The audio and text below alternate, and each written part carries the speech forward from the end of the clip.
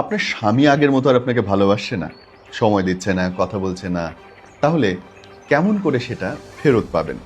মনোবিজ্ঞানের 5টা বৈজ্ঞানিক সূত্র ব্যবহার করে বদলে ফেলা যায় আপনাদের সম্পর্কের রসায়ন।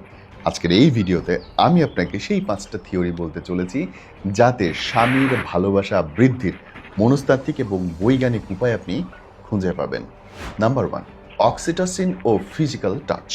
মনোবিজ্ঞানীদের মতে দীর্ঘমেয়াদী সম্পর্কের প্রধান ভিত্তি হলো অক্সিটোসিন বা বন্ডিং হরমোন। গবেষণায় বলছে স্বামী স্ত্রীর মধ্যে নিয়মিত স্পর্শ, আলিঙ্গন, হাত ধরা অক্সিটোসিন নিঃসরণ বাড়ায় এবং এতে একে অপরের প্রতি বিশ্বাস, মানসিক টান তৈরি করে। একে বলা হয় ইন্টারপার্সোনাল টাচ থিওরি।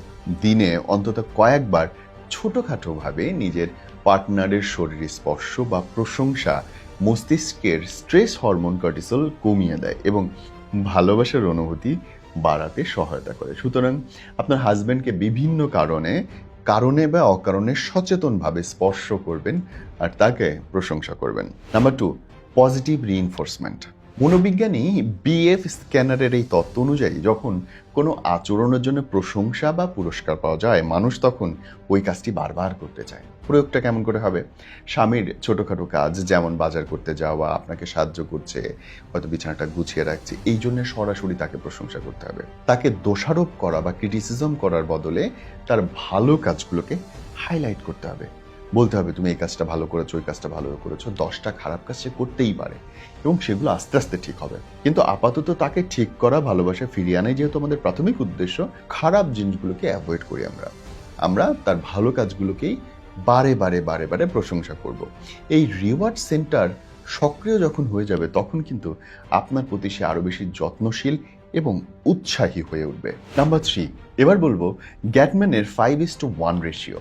সম্পর্ক বিশেষজ্ঞ ডক্টর জন গ্যাটম্যান তিনি দীর্ঘদিন ধরে গবেষণা করে দেখেছেন, একটি সফল সম্পর্কের জন্য প্রতি একটি নেতিবাচক কথোপকথনের বিপরীতে অন্তত 5টা ইতিবাচক কথোপকথন জরুরি। যদি সারাদিনে কেবল অভিযোগ করেন, খিটমিট চলতে থাকে, তবে স্বামী মানসিকভাবে কিন্তু আপনার থেকে দূরে চলে যাবে। সম্পর্কের ইতিবাচক কথা, হাসি খুশির পরিবেশ বাড়লে স্বামীর আকর্ষণ বৃদ্ধি পাবে। মনে রাখবেন, আপনি নিজে কাউন্ট করে রাখবেন যে আমি তাকে একটা খারাপ কথা বলে ফেলেছি, এবার আমি তাকে 5টা ভালো কথা বলবো, যেন আপনার প্রতি আগ্রহটা আবার বাড়ে। আমরা কি চেষ্টা করছি? এই ভিডিওতে আমরা চেষ্টা করছি আপনার স্বামীর আপনার প্রতি ভালোবাসা যেন বাড়ে।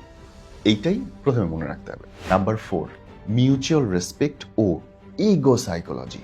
পুরুষের মনস্তত্ত্বে সম্মান পাওয়া ভালোবাসার চেয়েও অনেক বেশি গুরুত্বপূর্ণ। এটাকে বলা হয় হিরো ইনস্টিংক্ট। যখন একজন স্ত্রী তার স্বামীর মতামতকে গুরুত্ব দেন বা তার উপরে ভরসা করেন, তখন স্বামী মানসিকভাবে সেই স্ত্রীর প্রতি আরো বেশি দায়বদ্ধতা অনুভব করেন।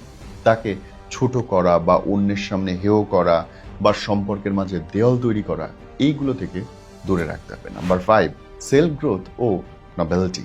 মস্তিষ্ক সবসময় নতুন কিছু খোঁজে। যখন সম্পর্ক একঘেয়ে হয়ে যায়, তখন ডোপামিন নিঃসরণ কমে যায়। এইটাকে বলা হয় হেডোনিক অ্যাডাপ্টেশন। সমাধানটা কি তাহলে? নিজের ব্যক্তিত্ব, শখ, কেরিয়ারের দিকে মনোযোগ করা। আপনি যখন নিজের যত্ন নেবেন, আত্মবিশ্বাসী থাকবেন, তখন স্বামীর কাছেও আপনি অনেক বেশি আকর্ষণীয় হবেন।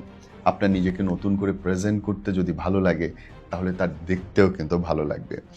একঘেয়েমি কাটাতে মাঝে মধ্যেই রুটিনের বাইরে কোথাও ঘুরতে যাওয়া, সারপ্রাইজ দেওয়া মস্তিষ্ককে নতুন করে আপনার জন্য রেডি করবে। শেষে মনে রাখেন বোন, ভালোবাসা কোনো জাদুকরি বিষয় না।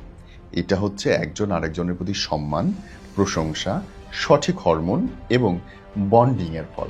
বিজ্ঞান বলছে, আপনি যখন সঙ্গীর প্রতি ইতিবাচক আচরণ করবেন, পজিটিভ, তখন প্রতিদান হিসেবে তিনিও আপনার প্রতি নমনীয় হতে বাধ্য। সম্পর্ক টেকানোর চাবিকাঠি তর্কে জেতার মধ্যে দিয়ে নয়, বরং একে অপরের মানসিক প্রশান্তি হওয়ার মধ্যে লুকিয়ে আছে।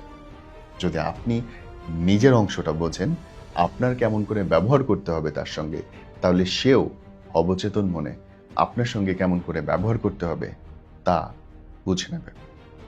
যদি কোথাও মনে হয় যে আপনাদের পারিবারিক সমস্যার সমাধানে অ্যাজ এ লাইফ কোচ আমি আপনাকে হেল্প করতে পারি, স্ক্রলে নম্বর দেওয়া থাকে, হোয়াটসঅ্যাপ করে টাইম নিয়ে চলে আসুন। ইনশাল্লাহ আপনাদের মধ্যে ভালোবাসা 1000 গুণ বাড়িয়ে দেবে।